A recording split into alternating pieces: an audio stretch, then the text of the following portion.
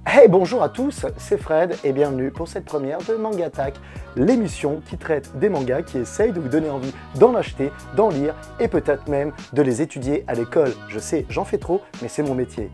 Allez, à de suite.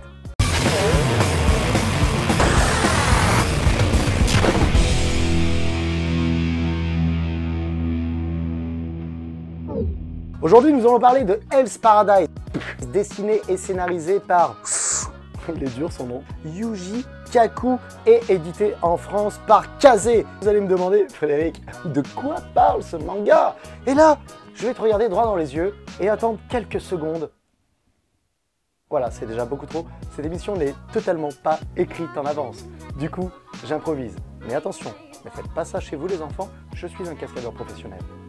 L'histoire prend place au Japon à l'époque Edo avec notre jeune héros. En fait, c'est un shinobi qui s'appelle Gabimaru qui est emprisonné suite à une traîtrise de son clan de ninjas. Et oui, effectivement, Gabimaru était promis à la femme du chef et suite à un complot, eh bien, il a été trahi par ses pères, trahi par son beau-père. Oui. Alors, effectivement, si tu trouves que ta vie c'est de la merde parce que ta belle famille ou ton beau-père te font vraiment chier, eh bien c'est peut-être vrai, et j'en suis vraiment désolé.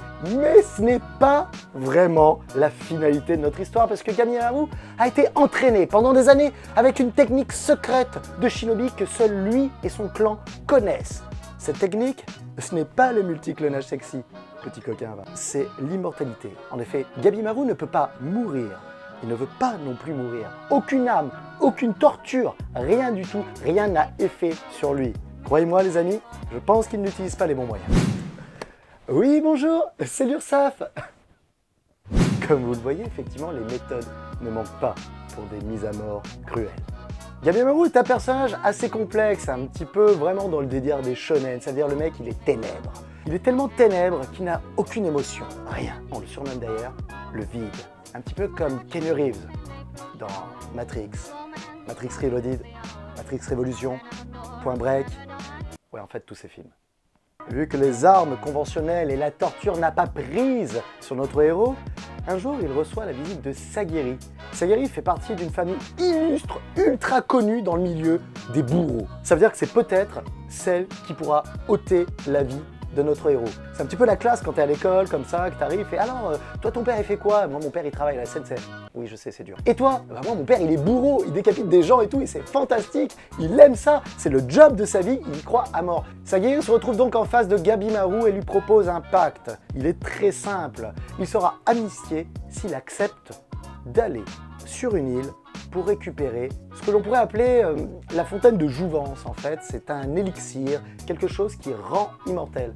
Non, ce n'est pas du 7-Up. Du coup, on lui propose en fait une amnistie et la possibilité de pouvoir revoir sa femme s'il décide de l'accompagner sur cette île et récupérer cet élixir pour le shogun en place. Et alors là, vous allez me dire, waouh, c'est tellement simple, c'est bon, ça va être la fête, mais non, non, car le shogun a décidé de se lancer dans un grand battle royal où il n'y aura aucune construction ni top 1. Là, le but, c'est de prendre les plus grands criminels condamnés à mort de tout le Japon, de les réunir et de les envoyer en mission suicide, accompagnés chacun d'un des bourreaux sur cette île afin que chacun ait la possibilité d'être amnistié et récupérer donc cet élixir pour le shogun. Du coup, Gabimaru accepte sans hésiter pour retrouver sa femme le pacte de son bourreau et décide donc de l'accompagner jusqu'au shogun où il va se retrouver au milieu de plusieurs autres condamnés à mort. Du coup, notre tandem humoristique arrive devant le shogun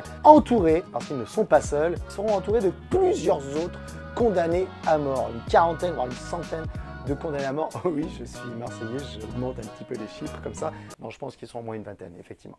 Et là, le shogun est très clair. Il n'y aura pas de place pour tous les condamnés à mort. Il n'y aura pas d'amnistie. Ce mot est dur à dire quand même. Amnesty,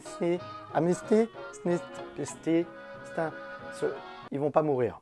C'est clair. Il n'y aura donc pas d'amnistie pour tous les condamnés à mort. Alors, il leur laisse un choix. Battez-vous entre vous et les 9 qui resteront auront l'énorme opportunité de participer à Koh-Lanta et l'épreuve des piliers. Non, non, je vous arrête de suite, non, c'est beaucoup moins glorieux. Quoique, j'ai dit piliers, non, je voulais dire les poteaux, ouais, effectivement, je suis un grand connaisseur de Koh-Lanta, et alors, hein? Chacun son truc. Moi, c'est les mangas. Toi, c'est Koh Lanta. On a nos vies différentes, tu comprends? Du coup, à la fin de ce carnage où tous ces condamnés à mort se sont livrés à une scène de meurtre, et on n'est pas du tout sur la scène finale du film Le Parfum, je vous le dis de suite, eh bien écoutez, il en restera 9 condamnés à mort. Suite à cette sélection naturelle, un petit peu comme dans les Marseillais à Miami ou à Taïwan, quoi, il n'y a pas de sélection naturelle dans les Marseillais?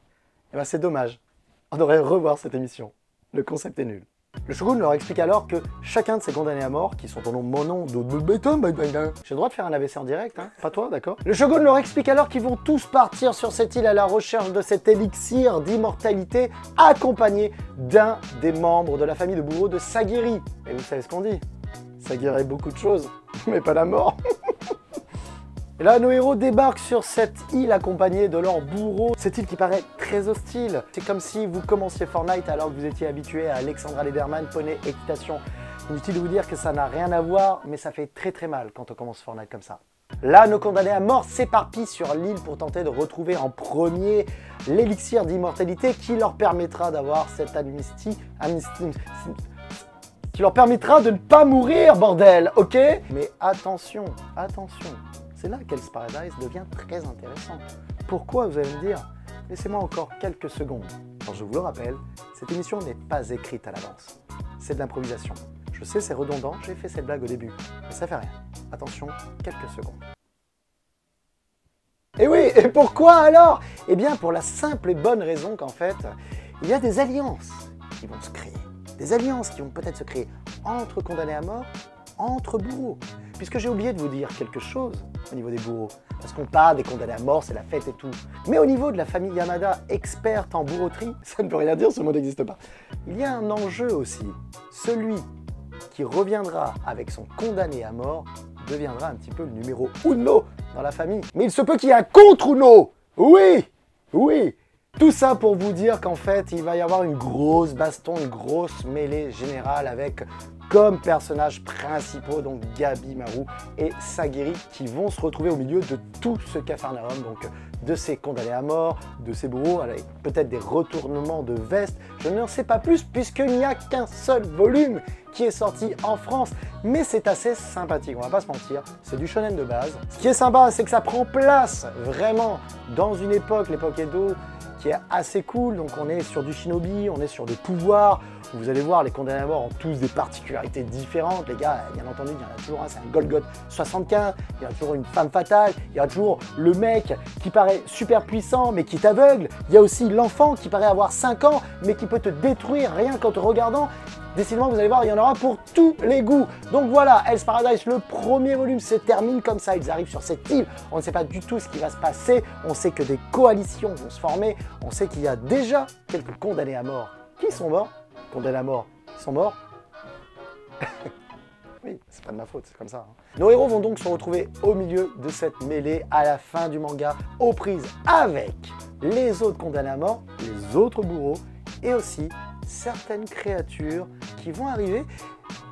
Quand vous lirez le manga, vous me donnez votre avis après, mais moi, j'ai trouvé que les petites créatures qui arrivent vers la fin du manga, et là, il y a un petit peu de spoil, et ben on commence, ce manga commence à prendre une tournure un petit peu à la Berserk, et ce n'est pas pour me déplaire, voilà. Du coup, j'espère que cette première émission vous a donné envie de lire Hell's Paradise chez Kazé, l'histoire donc de notre ami Gabi Maru qui ne peut pas mourir, trahi par son clan de shinobi, à qui on donne une deuxième chance pour retrouver sa femme, celui d'aller chercher l'élixir d'immortalité accompagné d'un bourreau qui le surveillera sur une île, tout ça pour le shogun. Oh, je peux respirer, je l'ai fait d'une traite, cette prise est bonne, c'est fantastique. Merci à tous, merci à mes parents, merci pour cet Oscar que l'on va certainement me décerner. N'oubliez pas, je suis acteur. En tout cas, merci à tous pour cette première émission. Je vous donne rendez-vous très très vite pour un prochain volume de Manga Attack. À très vite.